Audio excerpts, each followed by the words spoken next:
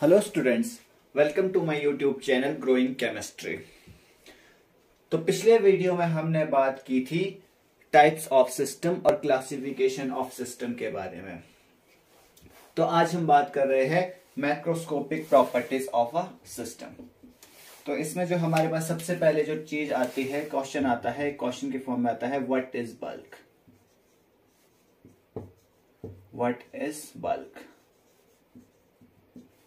As we know, something in large quantity or large amount। अगर हमारे पास कोई large quantity में या किसी का अमाउंट बहुत ज्यादा, कोई ऐसी चीज इन टर्म्स ऑफ हम मॉलिक्यूल्स की फॉर्म में अगर बात करें तो हमारे पास जो लार्ज क्वांटिटी में होता है हम उसको बल्क कहते हैं। So something in large quantity, something in large quantity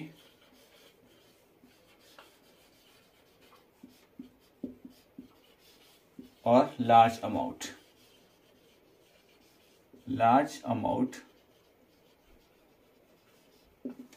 is called bulk। So next जो चीज हमारे पास आती है वो आती है bulk properties। bulk properties, अब ये बल्क प्रॉपर्टीज क्या होती है? सो जो हमारे पास बल्क प्रॉपर्टीज होती है, so all these properties that depend upon the large amount of matter. So all these properties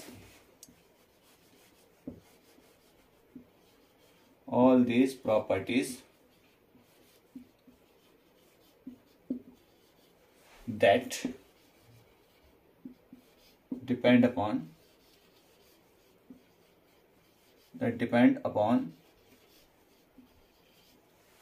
large or huge amount of matter, वो हमारे पास होती है bulk properties. As we know, हमें पता है कि जो थर्मोडायनेमिक्स है वो मैक्रोस्कोपिक यानी कि बल्क प्रॉपर्टीज के साथ ही हमेशा डील करती है। So as we know that thermodynamics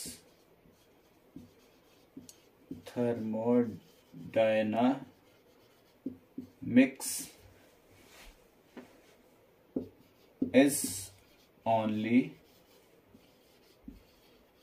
deals with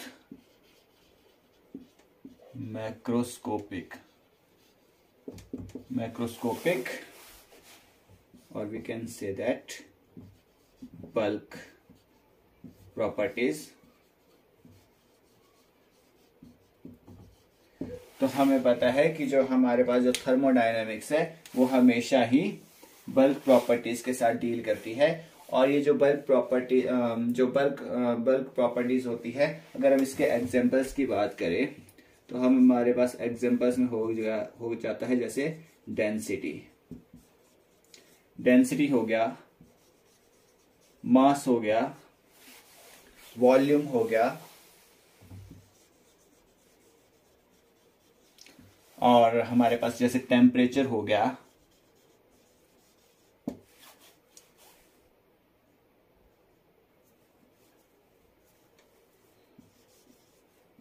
similarly हमारे पास जैसे प्रेशर हो गया, एटसेट्रा। ये सारी की सारी हमारे पास बल्क प्रॉपर्टीज आती है, ये मैक्रोस्कोपिक प्रॉपर्टीज आती है। एज वी नो, जैसे हम जानते हैं, जैसे हमारे पास एंथैल्पी है, एंट्रोपी है, एंट्रोपी है और गिब्स फ्री एनर्जी है। ये सारी की सारी एनर्जी की फॉर्म्स आती है जिसके बारे में हम आगे बात करेंगे।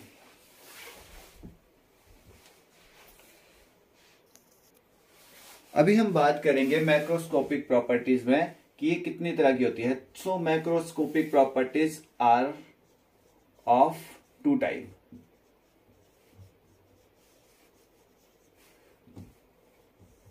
One is extensive property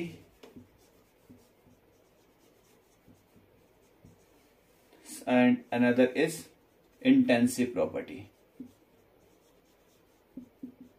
Intensive property.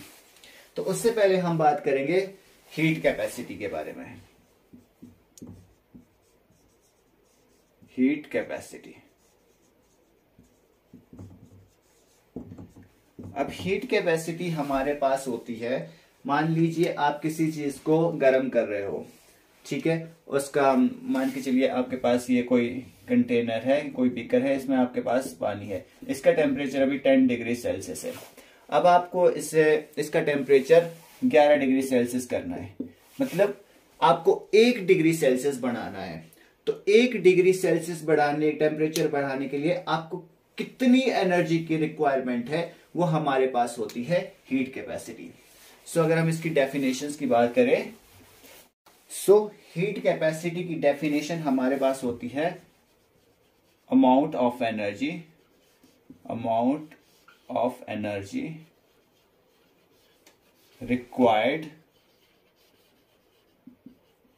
required to rise temperature by 1 degree Celsius of any substance.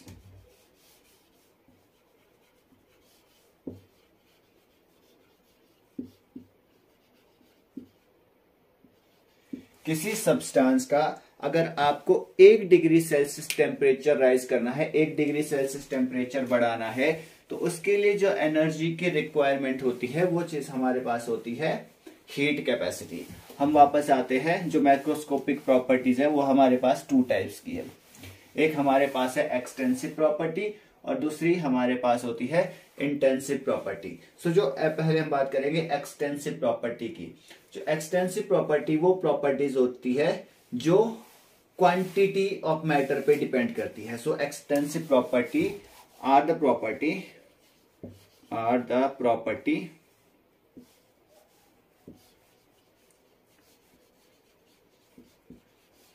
that depend upon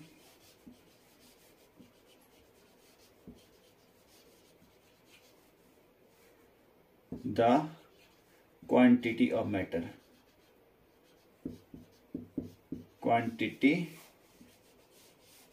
matter.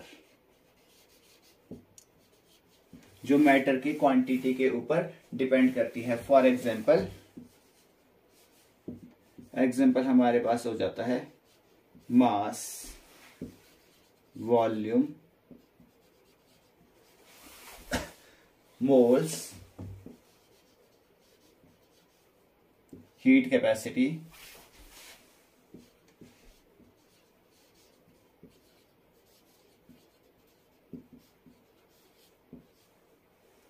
Charge,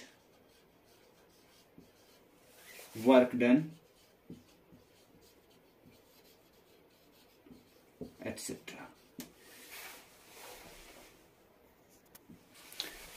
charge में हमारे पास फ्लो ऑफ इलेक्ट्रॉन देखते हैं हम, flow of electron.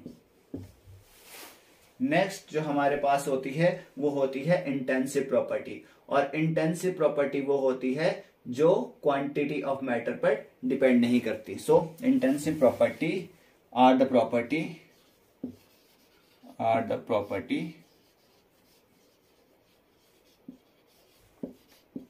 that do not depend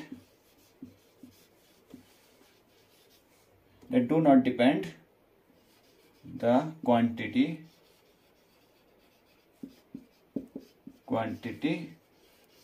of matter.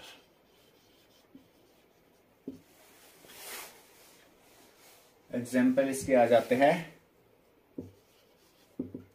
Temperature, pressure,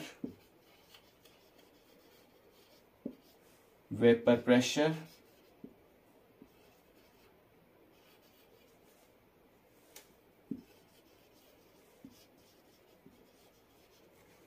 etcetera. अब एक main point star बना के लिखिए. the ratio of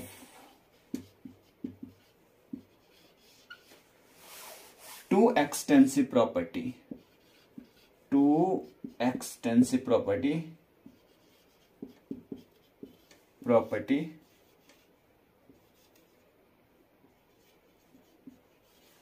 is always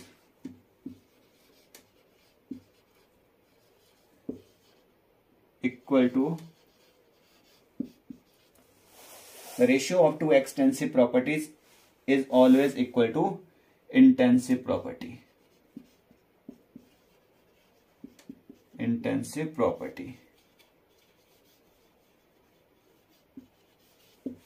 for example, जैसे हमारे पास ईएमएफ एक इंटेंसिव प्रॉपर्टी है, ईएमएफ हमारे पास इंटेंसिव प्रॉपर्टी है, इंटेंसिव प्रॉपर्टी।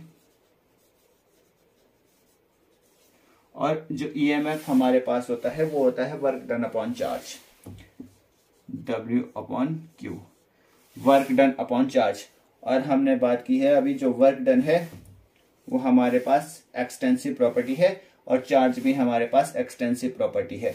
तो ये दोनों की दोनों हमारे पास एक्सटेंसिव प्रॉपर्टी है, लेकिन जो हमारे पास ईएमएफ वो इंटेंसिव प्रॉपर्टी होती है। So the ratio of two extensive property is always equal to intensive property. Similarly हमारे पास जैसे स्पेसिफिक हीट कैपेसिटी है, specific heat capacity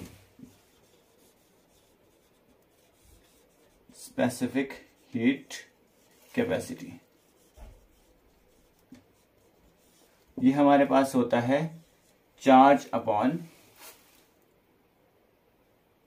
mass into change in temperature. Charge हमारे पास एक्सटेंसिव प्रॉपर्टी है, मास हमारे पास एक्सटेंसिव प्रॉपर्टी है, और जो स्पेसिफिक हीट कैपेसिटी है हमारे पास वो हमारे पास इंटेंसिव प्रॉपर्टी होती है। सो सिमिलरली हमारे पास जैसे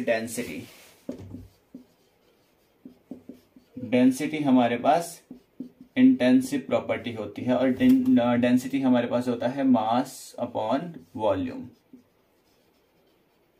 और मास और वॉल्यूम दोनों की दोनों हमारे पास एक्सटेंसिव प्रॉपर्टी है। So the ratio of two extensive property is always equal to intensive property. अगले लेक्चर में हम बात करेंगे स्टेट ऑफ अ सिस्टम के बारे में, जिसमें हम state function and state variable के बारे में डिटेल में स्टडी करेंगे। वीडियो अच्छा लगे तो वीडियो को कीजिए लाइक एंड शेयर, चैनल को कीजिए सब्सक्राइब। अब मिलते हैं अगले वीडियो में।